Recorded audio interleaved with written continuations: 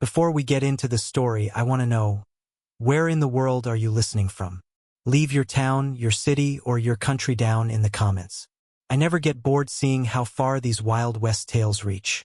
Now, let's ride into the storm. It came sweeping in like something wrathful from elsewhere. Black, swift, and churning with rage. Wind howled across the wasteland, sweeping walls of sand along like claws across the flats. Under a bruise-colored sky, the ground appeared to shake. Silas Wren charged straight into the center of it. His coat was soaked, his wide hat pulled forward, eyes squinted against the grit that cut like glass. He had no business riding out in such a storm, but when your cattle refuse to come in, you don't sit home hoping. You ride, even if it kills you. He didn't notice her at first. Just a form, folded by a gully, where the rain had rendered earth to wet clay. His horse spotted her first, snorted and slipped. Silas jerked on the reins, then peered once more. She was a woman. She lay contorted, bruised and bleeding bare legs, dark-skinned as though charred cedar. Her buckskin was wet through, clinging to her as sorrow clung to a man's heart.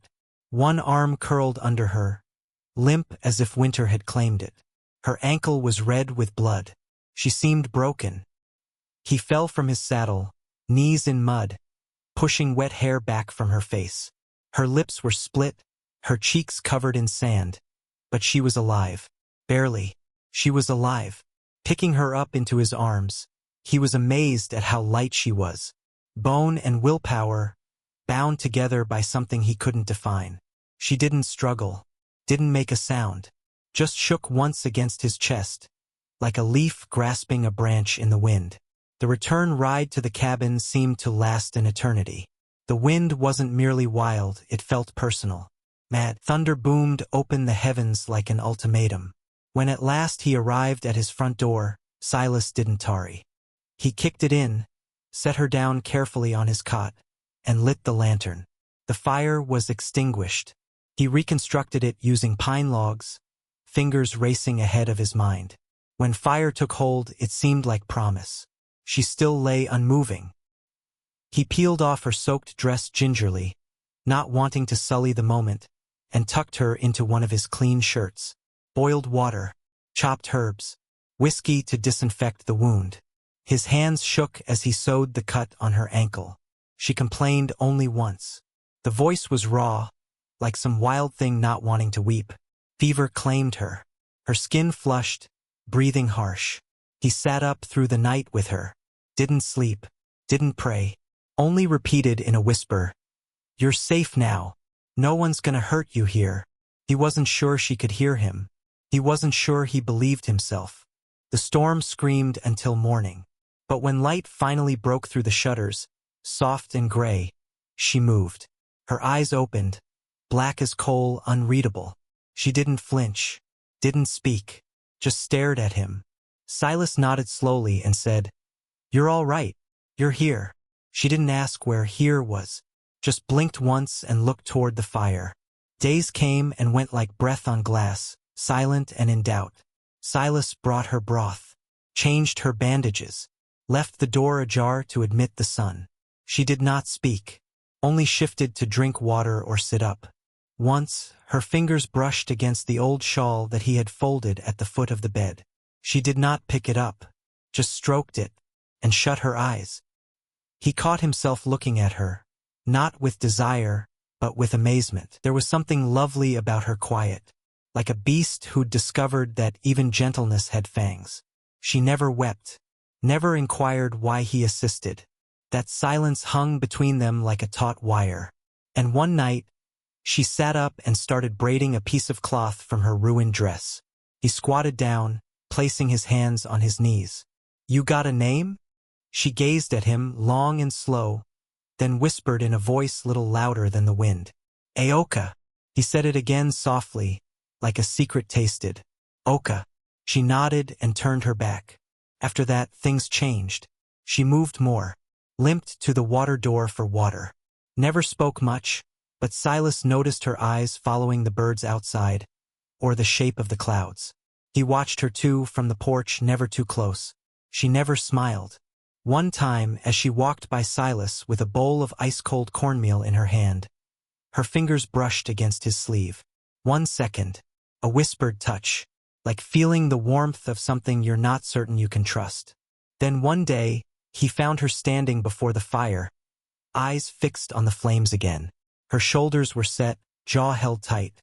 "You lost someone too, didn't you?" she said, standing with her back to him. Silas did not respond immediately. His throat convulsed. Then he sat beside the hearth. "Yeah," he said. "Wife. And a boy. Fever took him. 5 winters ago." Aoka didn't speak, but he saw her shoulders relax. Slightly. He didn't push for the tale. Figured it'd come when she was ready, or not at all. Still, he saw the signs. How she winced when hawks screeched overhead. How she never sat her back to a window. Certain days she'd take herself off into the hills, bring back packages of wild herbs. She never spoke about where she was, but she always returned. Then the rumor.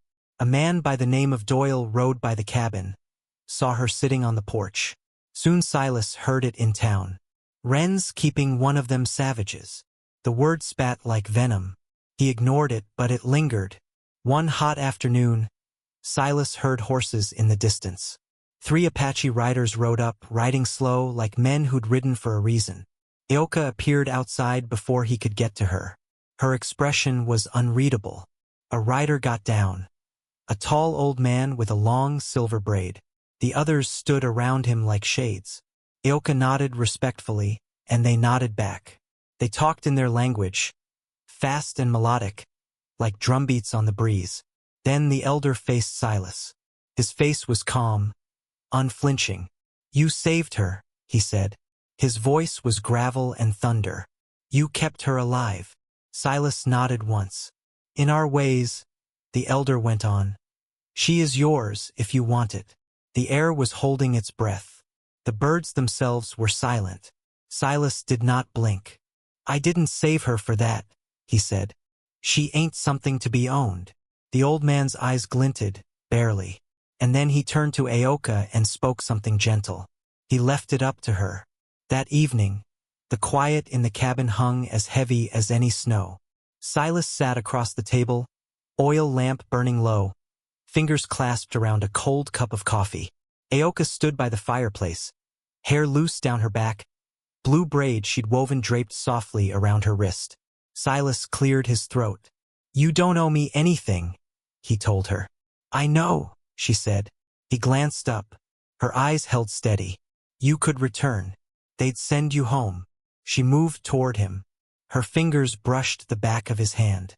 Her voice was little more than a breath. "I am home." He sat there, didn't shift, didn't say anything, just allowed those words to lay between them like dust following thunder. Then she carefully put the blue braid on the table. "I am staying." They sat quietly for a long time.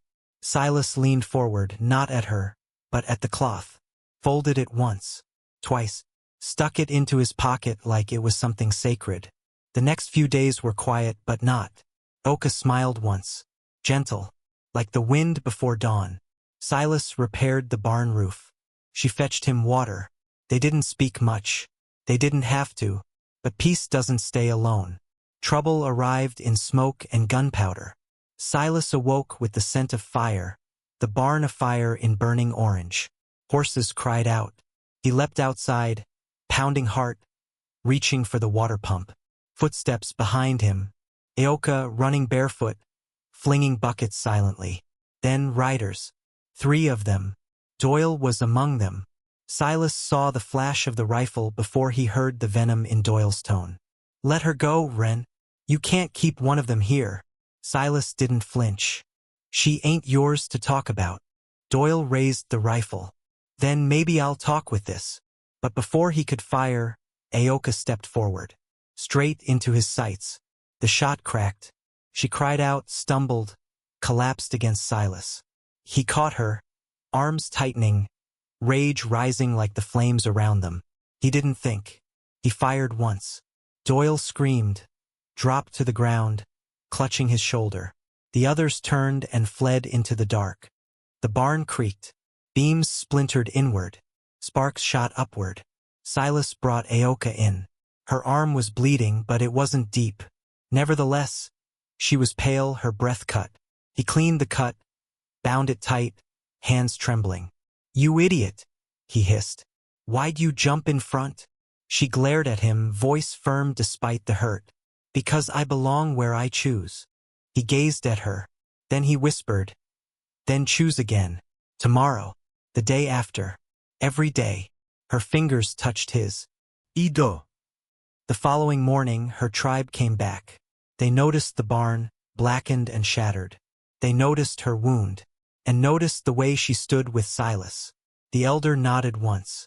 Then they departed. Oka remained.